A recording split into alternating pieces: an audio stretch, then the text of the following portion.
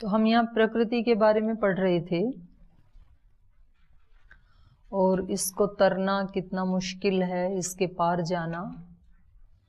ये स्वयं भगवान ही इसको दुरत्यया कह रही थी 14 नंबर श्लोक में, मम माया दुरत्यया, मुश्किल से पार करने योग्य। यहाँ कक्षा में भी कुछ बीए फर्स्ट वाले भाई बहन बैठे हैं, कुछ सेवा वर्ग वाले भाई बैठे हैं, बहनें भी बैठी हैं। जो परीक्षा देते हैं तो उनको लगता है कि हमें थोड़ा सा जागरूक रहना चाहिए, थोड़ा अच्छे से पढ़ना चाहिए, अच्छे से तैयारी करनी चाहिए क्योंकि परीक्षा देनी है। और सेवा वाले क्या सोच लेते हैं, हमें परीक्षा थोड़े देनी है, जितना आ जाए ठीक है। लेकिन आपको उससे भी बड़ी परीक्षा देनी होती है। जिनको ये लिखाई पढ़ाई वाली परीक्षा नहीं देनी है, उनको जीवन की परीक्षा देनी होती है। संसार में बिना परीक्षा के कोई भी रह नहीं सकता है। अच्छा, जिनको परीक्षा देनी है पढ़ाई की, उनके लिए एक सहूलियत है, उनके लिए एक अच्छी गुड न्यूज है कि उनका एक सीमित सिलेबस होता है। उसको तैयार कर लो, जो भी पूछा जाएगा वो सिलेबस में से पूछा जाएगा, आउट ऑफ सिलेबस कुछ भी नहीं आएगा। तो वो बड़ी आसानी से उसकी तैयारी कर लेते हैं। लेकिन जिनको ये परीक्षा नहीं देनी है, जीवन की परीक्षाएं देनी है, उसका कोई निश्चित सिलेबस नहीं है। कब कौन सी परीक्षा होगी, उसमें क्या सिलेबस आएगा, क्या पूछ लिया जाएगा, क्या बताया जाएगा, उसको पास कर पाएंगे नहीं कर पाएंगे। वैसे जो बड़ी परीक्षाएं होती हैं उसमें भी ऐसा ही होता है। जैसे आईएएस आईपीएस की परीक्षा है ना, उसका निश्चित नहीं होता है, पर उससे भी ज्यादा अनिश्चित ये जीवन की परीक्षा होती है। इसमें कब कौन सी परिस्थिति आएगी, कब कौन से पिछले पता नहीं हजारों लाखों वर्षों जन्मों पुराना कोई कर्माशय अपना फल देने के लिए आ जाएगा, और हम उसको समझ पाएंगे कि नहीं समझ पाएंगे, ये हमारे लिए बहुत कठिनाई होती है। तो जीवन की परीक्षा में सतत अलर्ट रहना होता है। योद्धा को और योगी को एक्स्ट्रा अलर्ट रहना होता है। बहुत बड़ी बात है ये। योद्धा जो सीमा पे खड़ा है, आप लोग यहां रहते हैं तो आपके तो यहां सिक्योरिटी गार्ड खड़ा है गेट के ऊपर, तो आप उतने अलर्ट नहीं होते हैं। लेकिन जो सीमा पे खड़ा है व्यक्ति, वो एक्स्ट्रा अलर्ट होता है। एक क्षण भी यदि उसकी सजगता भंग हो जाए तो पता नहीं कितनी तबाही हो सकती है, कितने लोगों की, पूरे देश की। उसका तो जान खतरे में है ही है, उसका अपना अस्तित्व तो समाप्त होगा ही होगा, उसके साथ साथ बहुत बड़ी हानि हो सकती है। सेम बात योगी के ऊपर लागू होती है, योद्धा की तरह ही। और योद्धा चाहे वो सीमा पे खड़ा है या युद्ध के मैदान में है, युद्ध के मैदान में भी जब शत्रु सामने है और योद्धा अलर्ट नहीं है, यदि अलर्ट ही नहीं एक्स्ट्रा अलर्ट, अतिरिक्त सावधानी, सजगता, तो सामान्य मनुष्य जितना सजग है उससे कई गुना ज्यादा सजग योगी को होना पड़ता है। इसलिए योगी के लिए मार्ग को कैसा बताया, आज भी कल भी महाराज जी बता रही थी, क्षुरस्य धारा, छुरे की धार पे चलने के जैसे। मतलब बहुत पैनी धार लगी हो किसी छुरे के ऊपर, तलवार के ऊपर, आप कल्पना करो, उसके ऊपर से आपको पैर रख रख के जाना है, तो कितनी सावधानी चाहिए, चित्त की कितनी एकाग्रता चाहिए। जो लोग जलते अंगारों पे चलते हैं या शीशे कांच के टुकड़ों के ऊपर चलते हैं, और शर्त यह होती है कि पैर में खून नहीं आना चाहिए, तो कितना वो अपने मन को संयमित करके चलते होंगे। उनका ध्यान कहाँ होता होगा, इधर उधर होता होगा कि केवल इसके ऊपर होता होगा, अपने पथ पे। पथ पे ही होता है, वो थोड़ा भी इधर उधर देखे ना यदि, तो शीशा अंदर घुस जाएगा, फिर खून आ जाएगा, रक्त आ जाएगा। तो कितना संकल्पवान उनको और कितना एक्स्ट्रा अलर्ट होना पड़ता है। योगी योद्धा, संत सिपाही, सिपाही को भी और संत को भी एक्स्ट्रा अलर्ट रहना होता है 24 घंटे, अतिरिक्त सावधान। और इसके लिए यहाँ पे कितने उदाहरण दिए, कछुए का उदाहरण दिया था, पैर फैला के चलता है पानी में, लेकिन थोड़ा भी उसने देखा तुरंत समेट लेता है अपने आप को।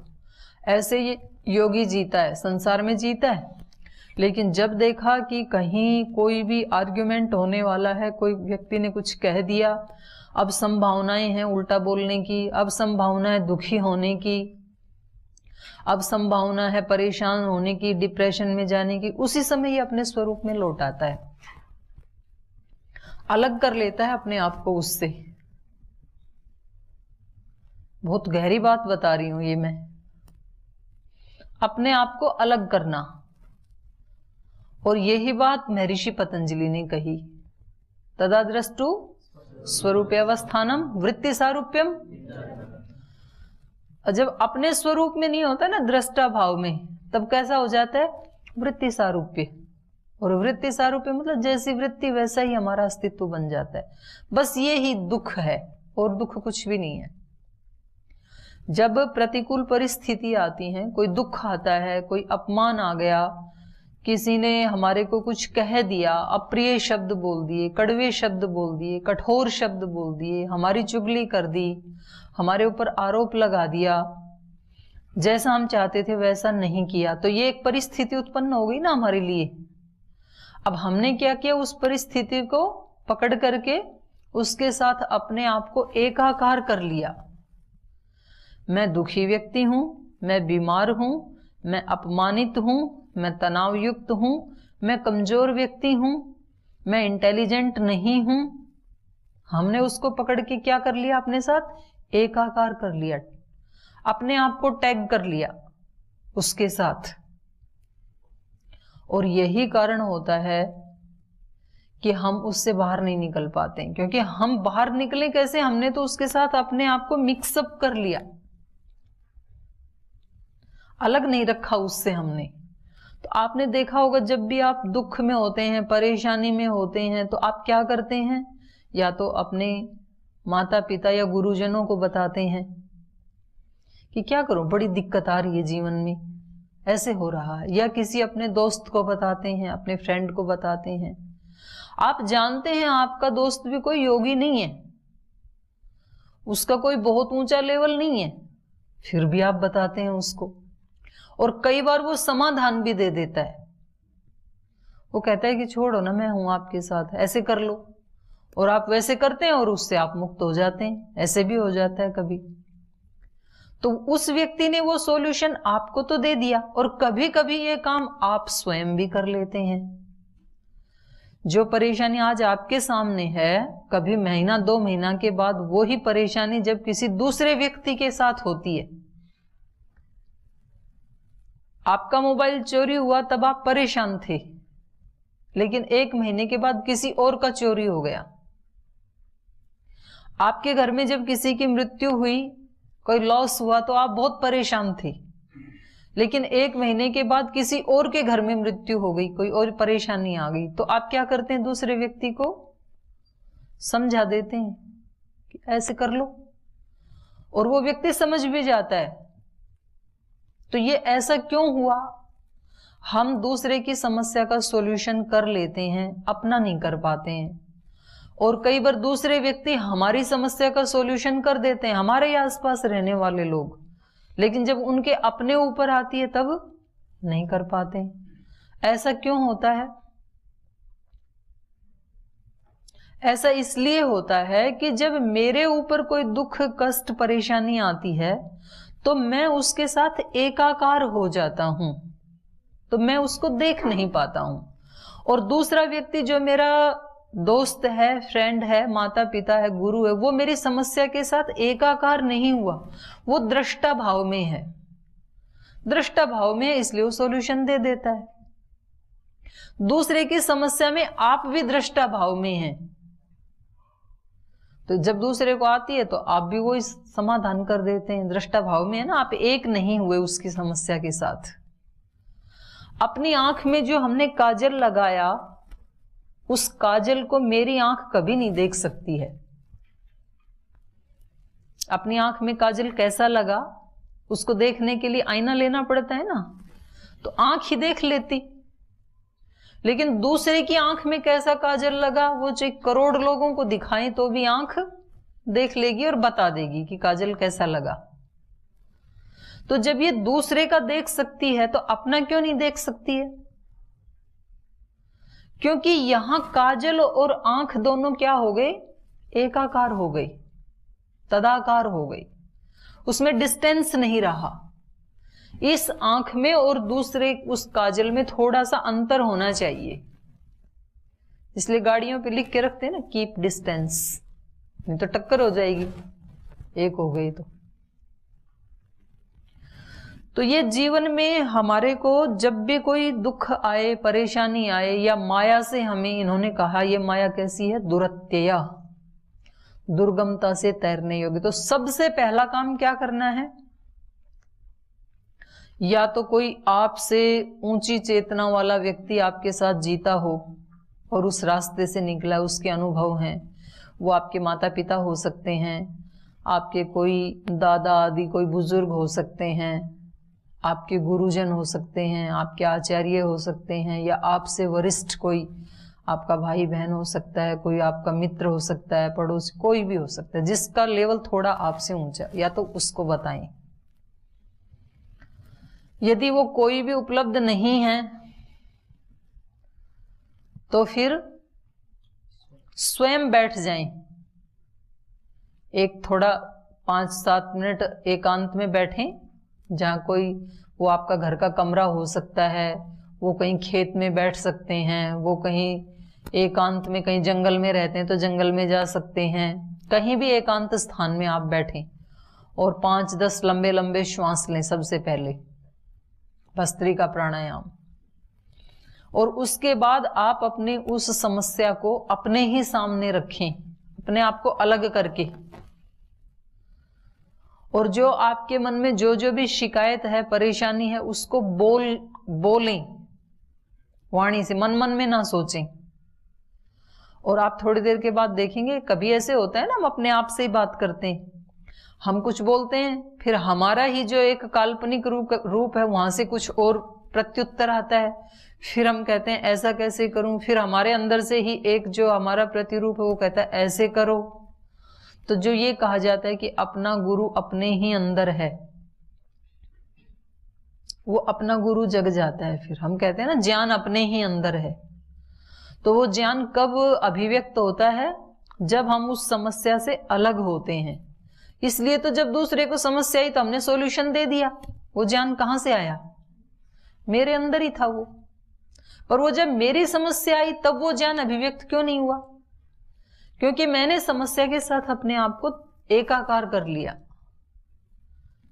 इसलिए डोमेट वाले स्वामी जी हैं, वो भी यही बात बताते हैं कि जो भी वृत्ति आए उनके साथ, चाहे वो शारीरिक रूप से संवेदनाएं आएंगी या तो मन में विचार के स्तर पे संवेदनाएं उठेंगी, उनके साथ आपको एकाकार नहीं होना है। और उसी को बहुत शास्त्रीय भाषा में कह दिया दृष्टा भाव में रहना, महर्षि पतंजलि ने, कि वृत्ति से अलग, डिटैच होना, उस विचार से, उस संवेदना से, उस परिस्थिति से अपने को अलग करके देखना कि मैं एक चेतनात्मा हूं। और ऐसे ही बैठ के देखना, आप कभी भी बैठ के ना, मतलब ध्यान करने की अनेकों विधियां बताई हैं महापुरुषों ने, और यदि आपको वो समझ में नहीं आती हैं, आपके अनुभव में नहीं आती हैं, तो एक बहुत सरलतम विधि आपको बताती हूँ, आपके साथ शेयर करती हूँ। आप ऐसे आराम से बैठ जाओ और फिर जो है सबसे पहले अपने सिर को देखो, और जो इस स्थान में जो एक मस्तिष्क है हमारा, उसके एक एक अणु परमाणु को देखो, उसकी बनावट को देखो, इस समय वो क्या काम कर रहा है, पूरा रिलैक्स होके देखो उसको। फिर कान को देखो, फिर आंख को देखो अंदर तक, नाक का सिस्टम देखो, होठ का, कंठ का, पूरे शरीर को फिजिकली ना एक एक ऑर्गन को देखो आप। गले में से जो नाड़ियां जा रही हैं, पीछे से जो एड़ा पिंगला जा रही हैं, फिर कंधे को, फिर यहाँ अपने हार्ट, लीवर, किडनी, सबको देखो, फेफड़े को, पेट को, आंत को, मलमूत्र द्वार कैसे कार्य कर रहा है, पैर कैसे काम कर रहे हैं, उंगलियां के, पूरे फिजिकल बॉडी को देखो, रुक के आराम से, कोई जल्दी नहीं है। और फिर सूक्ष्म देखो। पहले तो ये फिजिकल देखा, ये करते करते ही आप बहुत गहरे में चले जाएंगे। जब देखने लगेंगे तो एक मस्तिष्क को देखने में ही आपको काफी टाइम लग जाएगा। उसके बाद फिर अपने श्वास को देखें। एक भाई पंचकोश के बारे में पूछ रहा था ना, कौन पूछ रहा था? हाँ, तो यही तरीका है। ये जो मैंने बोला ना फिजिकल को देखना, ये है अन्नमय कोश। और फिर श्वास को देखो, अंदर जा रही, बाहर आ रही है, उसके साथ साथ उसको रोकना नहीं है। जैसी भी चल रही है, लंबी चल रही है, छोटी चल रही है, गहरी चल रही है, उखड़ी चल रही है, जैसी भी चल रही है। तो अब आप प्रवेश कर गए अन्नमय से प्राणमय कोश में। आराम से देखो। और फिर तीसरा, विचार क्या चल रहा है उस समय। विचार हटाना नहीं है, आप दृष्टा हैं केवल, जो भी चल रहा है उसको केवल मात्र देखना है। वो कहेगा आज बैठने का मन नहीं कर रहा है, विचार कहेगा अभी आज मेरा ध्यान करने का मन, उसको भी देखो। वो कहेगा आज तो सिर दर्द हो रहा है, उसको भी देखो। देखना है आपको, जो भी चल रहा है उसको देखो। ये नहीं कहना कि नहीं लगना पड़ेगा, ध्यान करना पड़ेगा, ऐसे नहीं कहना। तो ये फिर आप प्रवेश कर गए मनोमय कोश में, और उसको देखते देखते आपको पता भी नहीं चलेगा, आप एक निर्विचार अवस्था में पहुंच जाएंगे। और जो निर्विचार है वही निर्विकार है। बड़ी बात है ये। जो हमारी निर्विचार स्थिति है वो ही क्या है? निर्विकार। उसमें कोई विकार नहीं होता है। इसलिए योग दर्शन में सूत्र आया, निर्विचार वैशारद्ये अध्यात्म प्रसादः। निर्विचार की विशारदा होने पर, अधिकता होने पर, निर्मलता होने पर, जैसे जैसे वो स्थिति बढ़ेगी ना आपको पता ही नहीं कितना टाइम बीत गया निर्विचार स्थिति में। आपको लगेगा कुछ क्षण बीते हैं, और जब घड़ी देखेंगे तो घंटा बीत गया, पता ही नहीं चला। तो ये जो निर्विचार स्थिति में आप पहुंच गए, यही विज्ञानमय कोश है। और आपको स्पष्ट डायरेक्शन मिलेंगी जीवन में, आपको क्या करना है, स्पष्ट निर्देश मिलेंगे। कभी विचार के रूप में, कभी तो वो किसी की आवाज के रूप में, कभी तो लिखा हुआ मिलेगा, स्पष्ट मिलेगा लेकिन आपको। और वो जो ज्ञान है उसी को ही हमारे यहां पर शास्त्र कहा जाता है, शब्द प्रमाण। जो विज्ञानमय कोश में अनुभव हुए ऋषियों को प्रत्यक्ष हुआ, उसका स्पष्ट दिखता है, वो ही फिर शब्द प्रमाण बन जाता है, वो ही प्रत्यक्ष प्रमाण है। और फिर जब आपने उसको देखा, आप तो धन्य हो गए, तो फिर उससे भी आगे आपको अपना एक विराट अस्तित्व अनुभव होगा, अहम ब्रह्मास्मि वाला। कोई शब्द नहीं है, वो अनुभूति है एक अपने अस्तित्व की, वही फिर आनंदमय कोश है। तो जैसे ही हम अपने आप को अलग करते हैं, यहां से टेक्निक शुरू होती है, इस माया दुरत्या जो कहा है। ऐसे ही जैसे आप पढ़ते हैं तो विद्यार्थियों की कई समस्याएं होती हैं। उनकी समस्या ये होती है, पहली बात तो याद नहीं होता है। तो ये हम सब की समस्या होती है कि कई कई बार याद करते हैं, किसी चीज को याद होता ही नहीं है, और कभी कभी बहुत जल्दी हो जाता है। होता है ऐसे, होता है ना। वो तब होता है जब भी आप याद करने के लिए बैठें। आपको 5 पॉइंट बताती हूं बहुत अच्छे याद करने के। सबसे पहला, फर्स्ट ऑफ ऑल, जब भी बैठें पहले 2-3 मिनट शांत होके बैठें। उससे आपकी इधर उधर बिखरी हुई चेतना अपने आप ही फोकस हो जाती है। और लंबी लंबी श्वास लें 2-3, प्रयास पूर्वक नहीं, ऐसे नहीं, सहज रूप से। आवाज भी आनी नहीं चाहिए आपके श्वास की, बिना साउंडलेस ब्रीदिंग। लंबी सी श्वास लें और आराम आराम से लंबी ही छोड़ें। 2-3 मिनट ऐसा करें। उसके बाद आप पढ़ना शुरू करें। यह पहला है। आप देखेंगे आपको और दिनों की अपेक्षा आज बहुत जल्दी याद हो गया। फिर दूसरा है, जो अभी याद किया है उसको दिन में 2-3 बार रिपीट कर लें। कोई भी काम करते समय, कहीं जा रहे हैं, मार्ग में आते जाते, जो भी बर्तन साफ करते, कुछ भी करते हुए, क्योंकि माइंड की इतनी तेज स्पीड है कि वो बहुत फास्ट काम करता है। आप बर्तन भी धो पाएंगे और उसको रिपीट भी कर पाएंगे, दोनों काम कर पाएंगे आप बहुत जल्दी जल्दी। तो यदि आपने उसको 2 बार रिपीट कर लिया सुबह याद किए हुए को, बस वो फिर आपका हो गया सदा सदा के लिए, फिर नहीं भूलेंगे। तीसरा होता है, हमारे मन को आदत है बचपन से ही, ये इमेज को ज्यादा जल्दी पकड़ता है। जैसे कभी सूत्र आदि याद करते हैं ना, तो अर्थ आपको पता नहीं है उसका, और इसमें तो फिर भी पता है, दर्शन में तो खास करके अष्टाध्यायी धातु पाठ में। तो हमें उसकी कुछ इमेज बनानी होती है। जैसे ही आप इमेज बनाएंगे, आपका माइंड कभी उसको भूलेगा नहीं। माइंड को ये स्वभाव है, उसकी प्रकृति है कि वो हर चीज की उसको इमेज बना दी जाती है ना, तो तुरंत वो समझ जाता है उसको। हमारा सबकॉन्शियस माइंड भी ऐसा ही है और कॉन्शियस माइंड भी ऐसा ही। इसलिए बच्चे को पहले ए सिखाने के लिए क्या बनाना पड़ता है? एप्पल बनाना पड़ता है।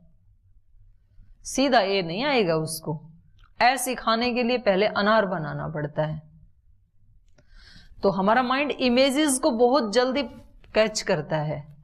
तो हमें जो कुछ भी याद करना है ना, उसकी हमें अपनी एक काल्पनिक इमेज बनानी पड़ती है, तो आपको तुरंत याद होगा।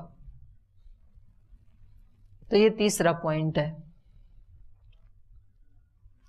फिर चौथा है, कभी कभी ऐसे होता है कि आपने खूब अच्छा याद किया, इमेज बना के भी किया, रिपीट भी किया, रिलैक्स होके याद किया, सब याद था, लेकिन एग्जामिनेशन हॉल में पहुंचे तब, बाहर गए तब तक भी याद था, अंदर गए तब साफ कुछ याद ही नहीं आता है। कभी कभी ऐसे होता है ना। तो उस समय क्या करना है हमें? जब भी आप याद करने के लिए बैठते हैं ना, तो किस पोस्चर में बैठ के आप याद करते हैं, पोस्चर का प्रभाव चौथा पॉइंट है।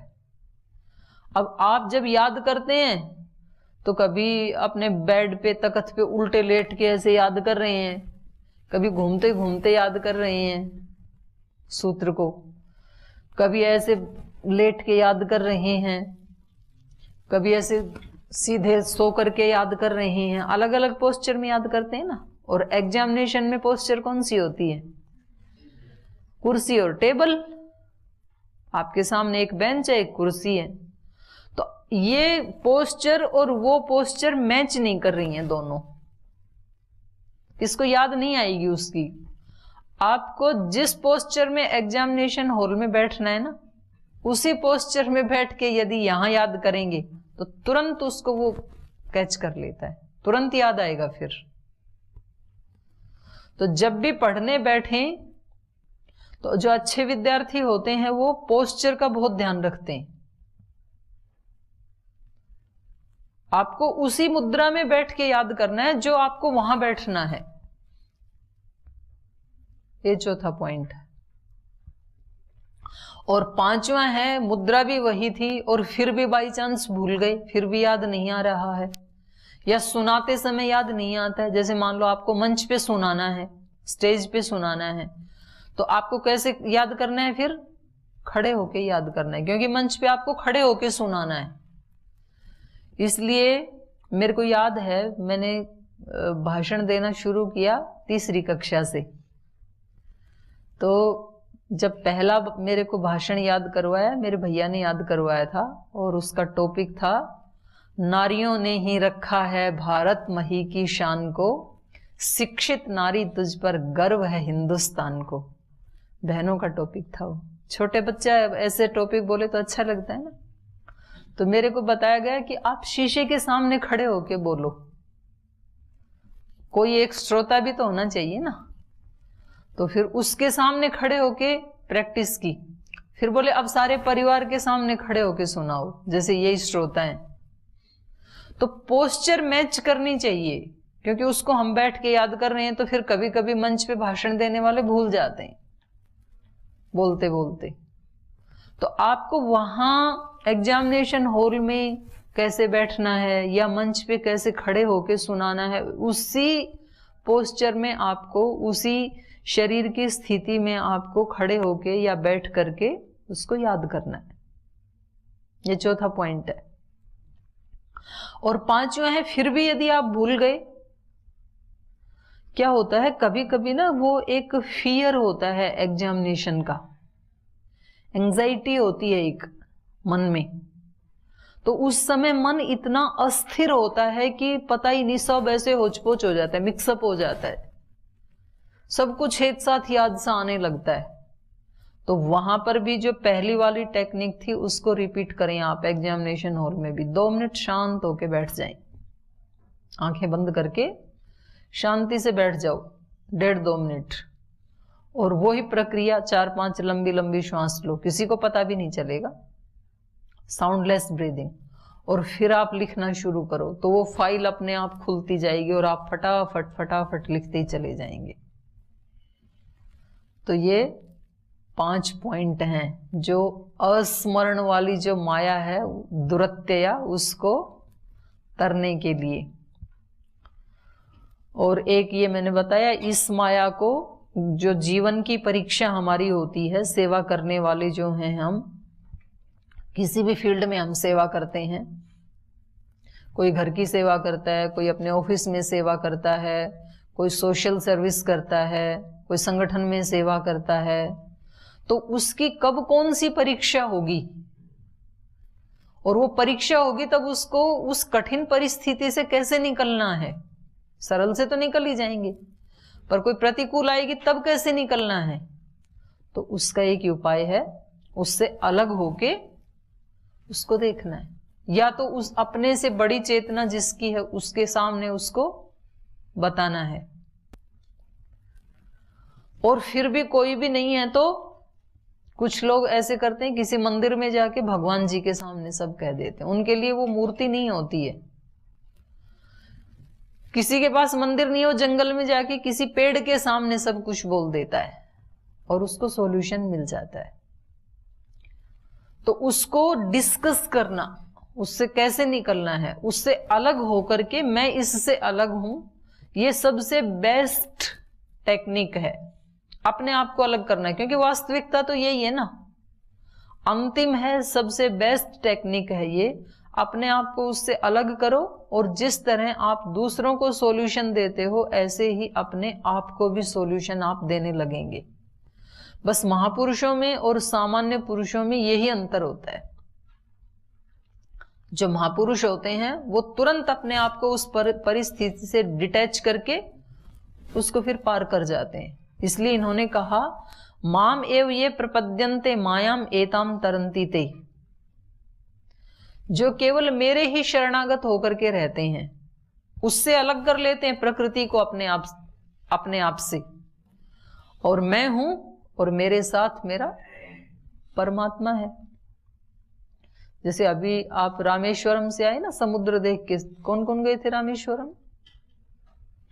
हाँ, तो जैसे वहां आपने समुद्र देखा, जल ही जल, और उस जल में कितना जीवन है, बहुत सारे प्राणी है ना उसमें, बड़ी बड़ी मछलियां और अन्य अन्य कितने सारे जलचर जो प्राणी हैं, तो उन सब का जीवन किसमें है, उस पानी के अथाह समुद्र में, सागर में जीवन चल रहा है, उनका वही संसार है।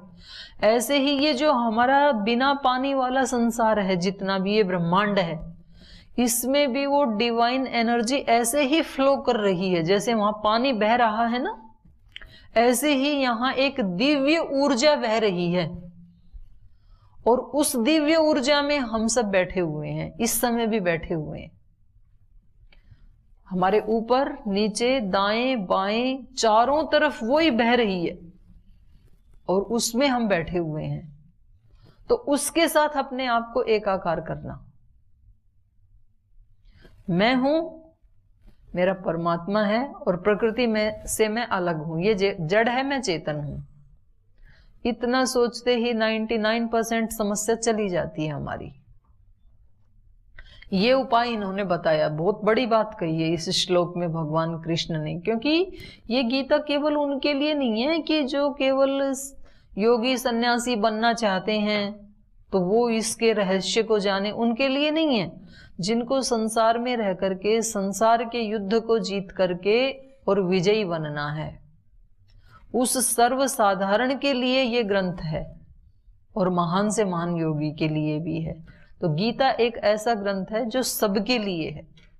तो इसमें इन्होंने बताया, दैवी ही ऐसा गुणमयी मम माया दुरत्यया माम एव ये प्रपद्यन्ते मायाम एताम तरन्ति ते।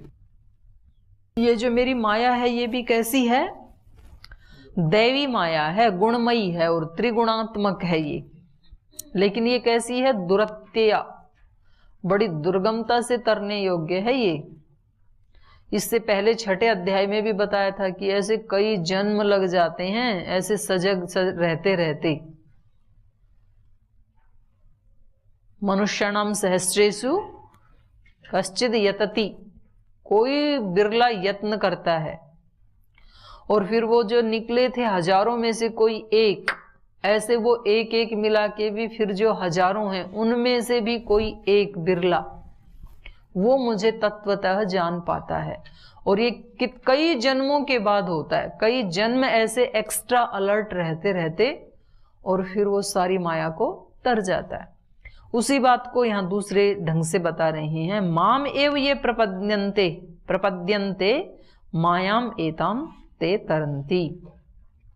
जो केवल मेरी ही शरण में रहते हैं, मुझको ही प्राप्त करते हैं, केवल उससे डिटैच हो जाते हैं, वो इस माया को मायाम एताम ते तरन्ति, वो तर जाते हैं। कौन नहीं तर पाते हैं, उसके लिए अगले श्लोक में कह रहे हैं।